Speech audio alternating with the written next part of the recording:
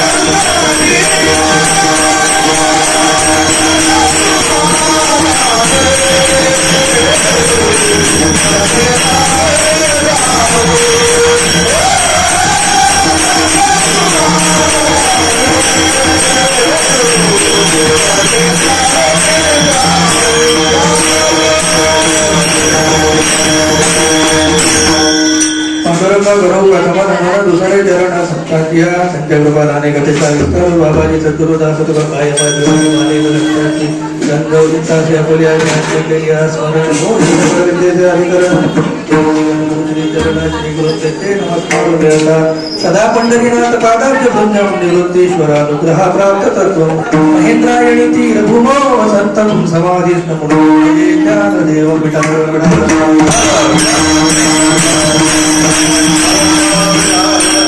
गोकुळीचा सुखा अंतपार नाही लेखा बाळकृष्ण नंदा घरी आनंदलानी पुढिया तोरणे कर्तिकता गाती गाणे बाळकृष्ण नंदा घरी आनंदला नरनारी तुका म्हणे छंद येणे वेदी गोविंदे बाळकृष्ण नंदा घरी आनंदला नरनारी प्रसंगी ओम आदिनाथ विश्वेश्वर मंदिर इथे आता दुसऱ्या वर्षी चालत असणारा हा श्रावण मासानिमित्तचा एक महिन्याभराचा एक कार्यक्रम ज्याला आपण कीर्तन महोत्सव असं यावर्षी नाव दिले. गेल्या वर्षी ती प्रवचन मालिका होती, यावर्षी कीर्तन महोत्सव आहे आणि असा असणारा हा महिन्याभराचा कीर्तन महोत्सव आणि या महोत्सवाचे आज सांगता तसा काही हा विना लावलेला आपला शब्द नाही, परंतु सर्वसाधारण नियमाप्रमाणे ज्या वेळेला एखाद्या वारकरी संप्रदायामध्ये कार्यक्रमाची सांगता होत असते त्यावेळेला ताल्याने सांगता करावी असा एक नियम आहे आणि त्यामध्ये काल्याचा अभंग आपल्याला घ्यायचा असतो. त्यासाठी जगद्गुरु तुकोबारायांचा गोकुळामधलं सुख सांगणारा भगवान परमात्म्याच्या जन्मानंतर गोकुळामध्ये जी अवस्था निर्माण झालेली आहे त्याचं वातावरण निर्माण झालेलं आहे हे सांगणारा जगद्गुरु तुकोबारायांचा चार अभंग एवढ्याला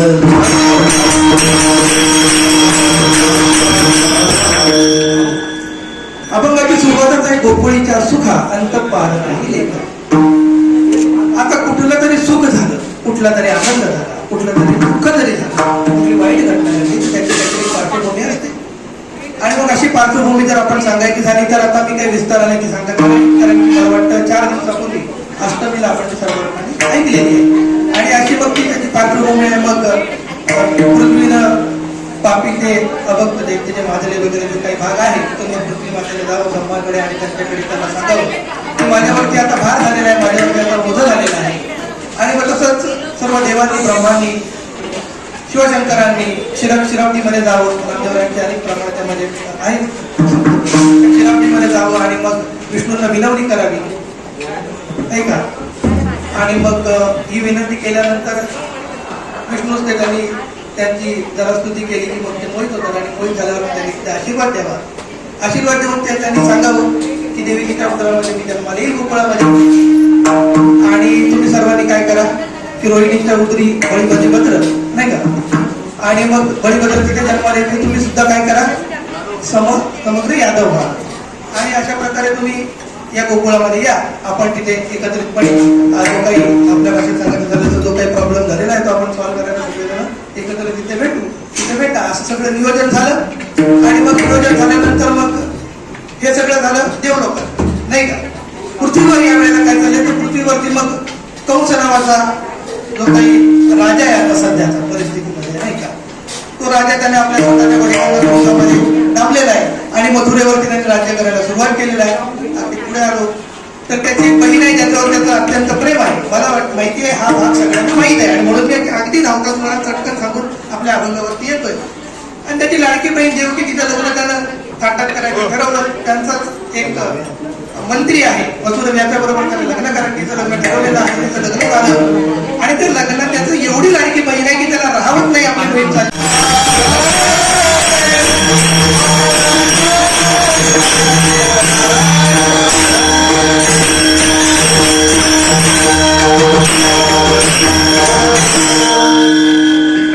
गुडिया तोरणे गुड्या उभारलेल्या आहेत, दाराला तोरणं लावलेली आहेत. भगवान परमात्मा आले त्याचा त्यांनी कृष्ण